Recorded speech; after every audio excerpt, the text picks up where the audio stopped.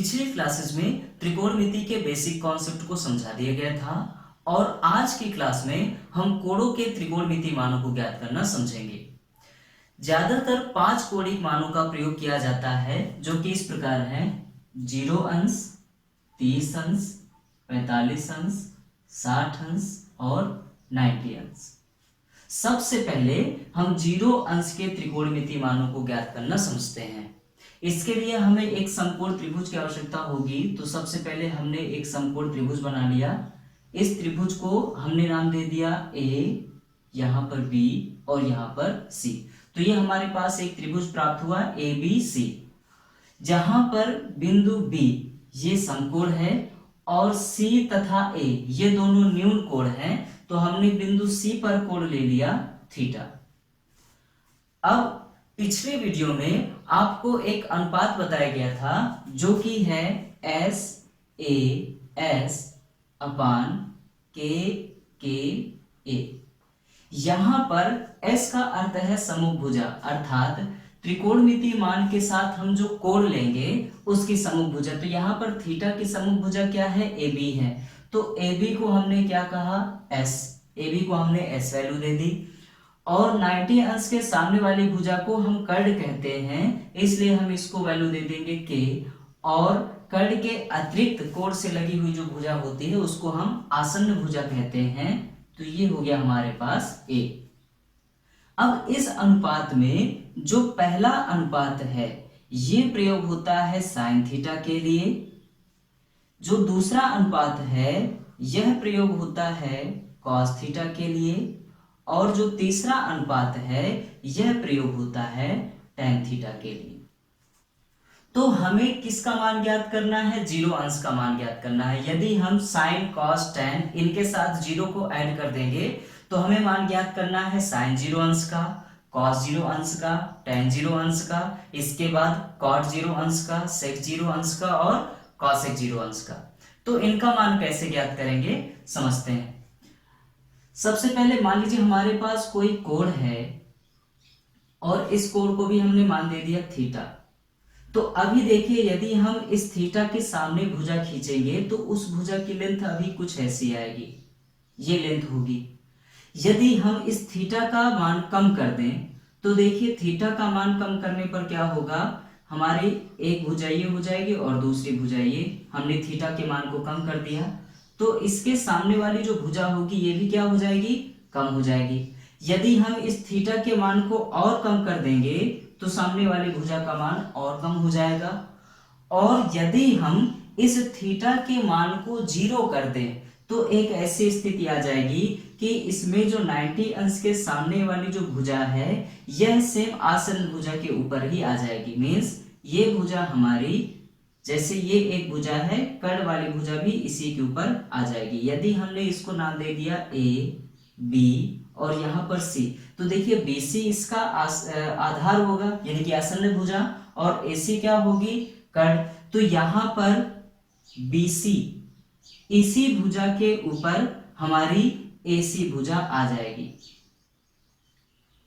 मतलब A और B ये दोनों हमें एक बिंदु के रूप में प्राप्त होंगे और इस बिंदु की लेंथ कितनी होती है? 0 होती है। अर्थात हम ये कह सकते हैं कि यहाँ पर AB ये इसका मान कितना प्राप्त हो जाएगा हमको? 0।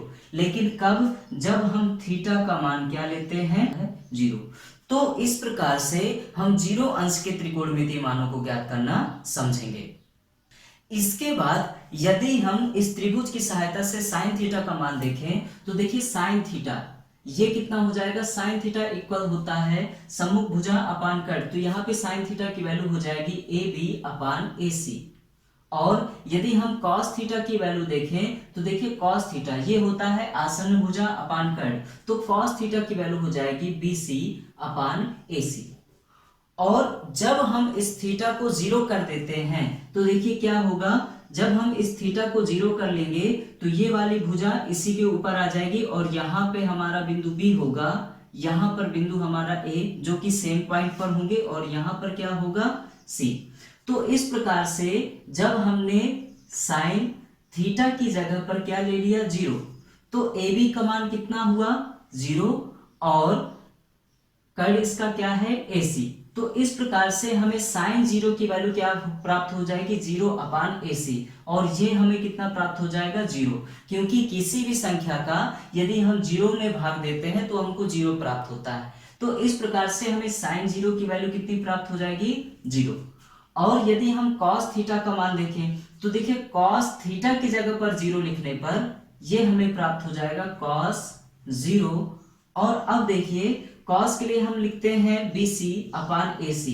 अब देखिए जितनी लेंथ BC की है उतनी ही लेंथ हमें AC की भी प्राप्त होती है। अतः हम कह सकते हैं कि BC अपान यहां पर क्या हो सकता है BC।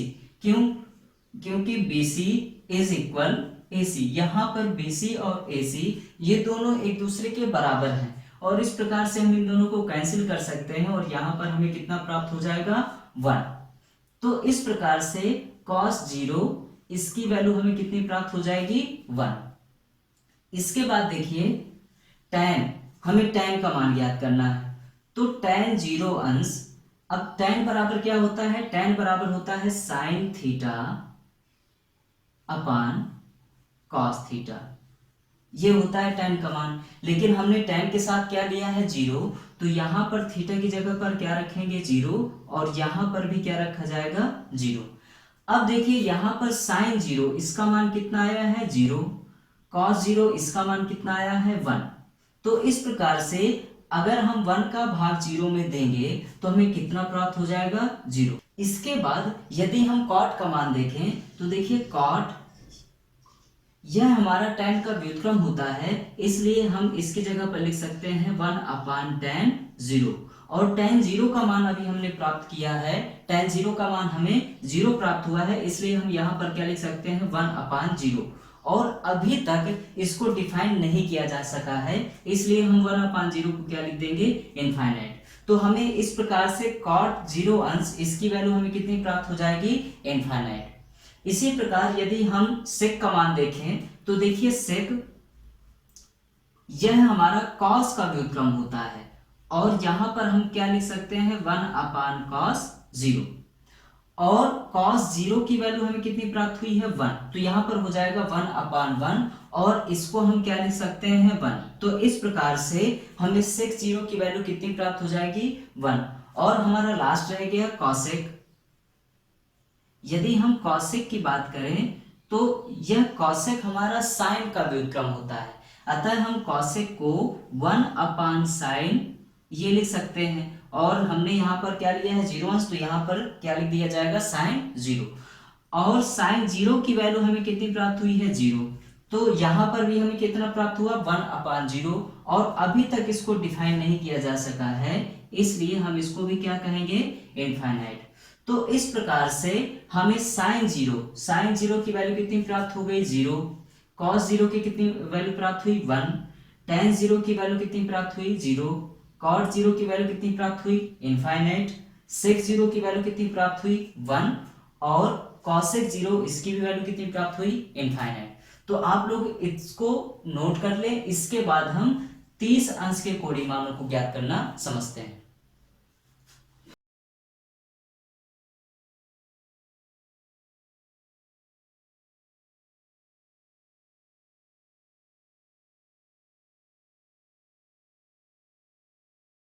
तीस अंश के त्रिकोणमितीय मानों को ज्ञात करने के लिए हमें किसी ऐसे त्रिभुज की आवश्यकता होगी जिसमें कम से कम एक कोण 30 अंश का जरूर हो।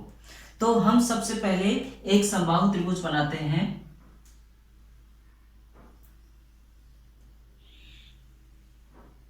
मान लिया हमारे पास ये एक समबाहु त्रिभुज है, इसको हमने नाम दे दिया ए बी, और यहां पर हमने नाम दे दिया सी। अब समबाहु त्रिभुज के प्रत्येक कोण 60 अंश के होते हैं, लेकिन हमको चाहिए 30 अंश। तो देखिए हमने क्या किया, ये एक समबाहु त्रिभुज है, इसलिए इसकी प्रत्येक भुजा की लंबाइयां क्या होंगी बराबर होंगी। तो हमने इसको 1 1 और इसको भी कितना 1, हमने इसकी तीनों भुजाओं को 1 1 1 मान लिया।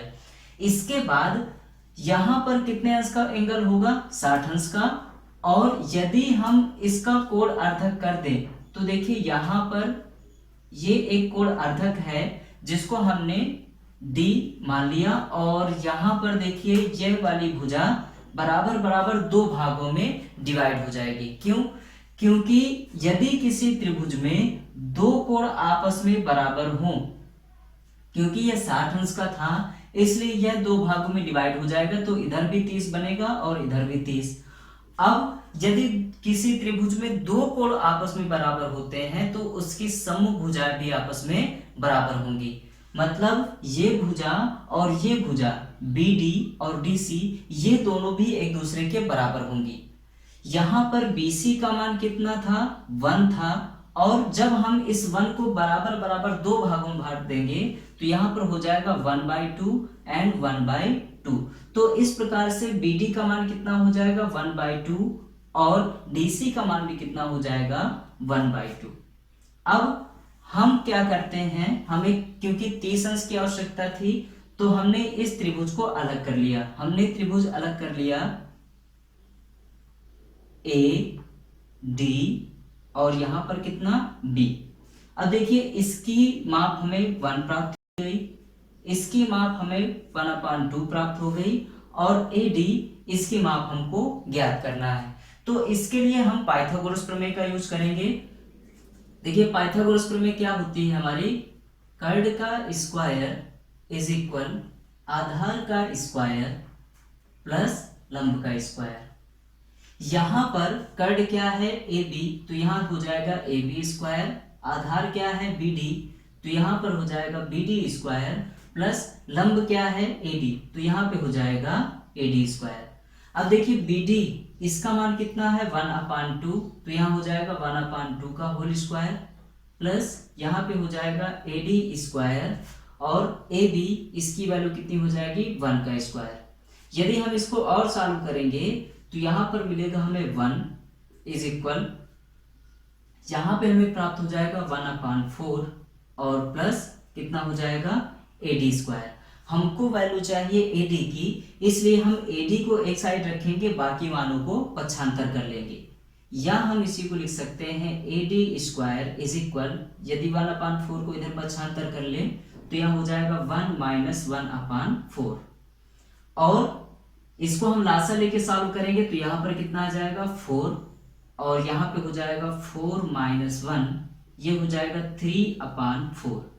अब क्योंकि ये मान हमें किसका प्राप्त हुआ है? AD स्क्वायर का। हमको मान चाहिए AD का, तो यहाँ पर हो जाएगा AD इज इक्वल, इसका अंडर रूट हो जाएगा, ये हो जाएगा √3/4, और यदि इसको और सॉल्व करेंगे तो यहाँ पर हो जाएगा √3/2। तो इस प्रकार से हमें AD की वैल्यू कितनी प्राप्त हो जाएगी? √3/2। तो आप लोग इसको यहां तक नोट करें, इसके बाद आगे समझते हैं।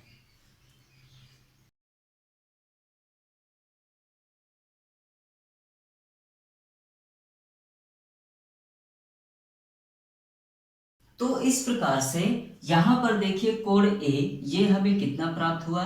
30। यहां पर हमें कोण B ये 60 प्राप्त हुआ, और यहां पर कितना है? 90।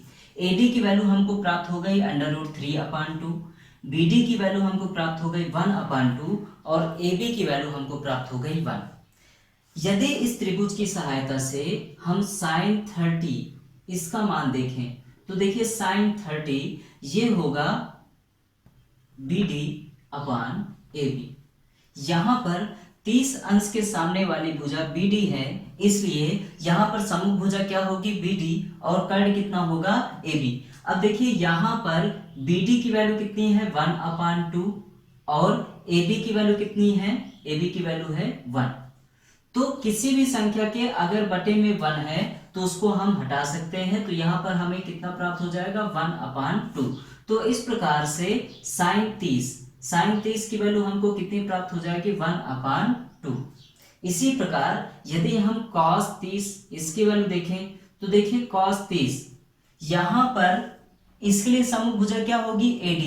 तो देखिए cos के लिए हम लिखते हैं सम्मुख भुजा और अपान कर्ण कितना हो जाएगा? AB। अब देखिए AD का मान कितना है? AD का मान है √3/2, और AB की वैल्यू कितनी है? 1, और जब बटे में 1 हो तो उसको हम हटा सकते हैं। तो इस प्रकार से हमें cos 30, इसकी भी वैल्यू हमें कितनी प्राप्त हो जाएगी, 1/√3/2। अब यदि हम tan 30 की वैल्यू देखें तो देखिए tan 30, tan के लिए हम प्रयोग करते हैं सम्मुख भुजा अपान आसन्न भुजा। तो यहाँ पर देखिए 30 अंश के लिए सम्मुख भुजा कितनी है, BD, तो यहाँ पे आ जाएगा BD, और आसन्न भुजा क्या है, AD, तो आसन्न भुजा के लिए हम लिख देंगे AD। और अब यदि हम यहाँ पर दोनों का मान रखें तो देखिए BD इसकी वैल्यू कितनी है, 1/2, और AD इसकी वैल्यू कितनी है, √3/2। अब यहाँ पे देखिए ये 2 और ये 2 ये दोनों कैंसिल हो सकते हैं, या फिर ऐसे समझ लें जब बटे के नीचे बटा होता है तो हम हर वाली संख्या को पलट देते हैं। तो आप इसको ऐसे समझ लीजिए, यहां पर हम इस संख्या को पलट सकते हैं, तो ये हो जाएगा 1/2 क्रॉस 2/√3। और अब देखिए ये 2 और ये 2 ये दोनों आपस में क्रॉस हो जाएंगे और यहाँ पर हमको कितना मिल जाएगा, 1/√3। तो इस प्रकार से हमें tan 30 इसकी वैल्यू कितनी मिल जाएगी, 1/√3। इसके बाद आप लोग बाकी के मानों को भी समझ सकते हैं, जैसे कॉसेक, यह साइन का व्युत्क्रम होता है, इसलिए कॉसेक 30, कॉसेक हमारा साइन का व्युत्क्रम होता है। अब साइन 30 का मान कितना है, 1/2, तो इसलिए कॉसेक 30 इसका मान क्या हो जाएगा, 1/1/2। और जब बटे के नीचे बटा होगा तो इस ये वाली संख्या पलटकर ऊपर जाएगी और हमें कॉसेक 30 की वैल्यू प्राप्त हो जाएगी 2। तो इस प्रकार से हमें कॉसेक 30 की वैल्यू कितनी प्राप्त हो जाएगी, 2। यदि हम सेक का मान देखें तो देखिए सेक यह कॉस का व्युत्क्रम होता है, और कॉस का देखिए मान हमको कितना प्राप्त हुआ है, cos 30, ये इक्वल हमें प्राप्त हुआ है √3/2। और यदि हम सेक की वैल्यू देखें तो सेक के लिए हम इसी संख्या का व्युत्क्रम कर देंगे और ये हमें वैल्यू प्राप्त हो जाएगी 2/√3। तो इस प्रकार से हमें सेक 30 ये कितना प्राप्त हो जाएगा, 2/√3।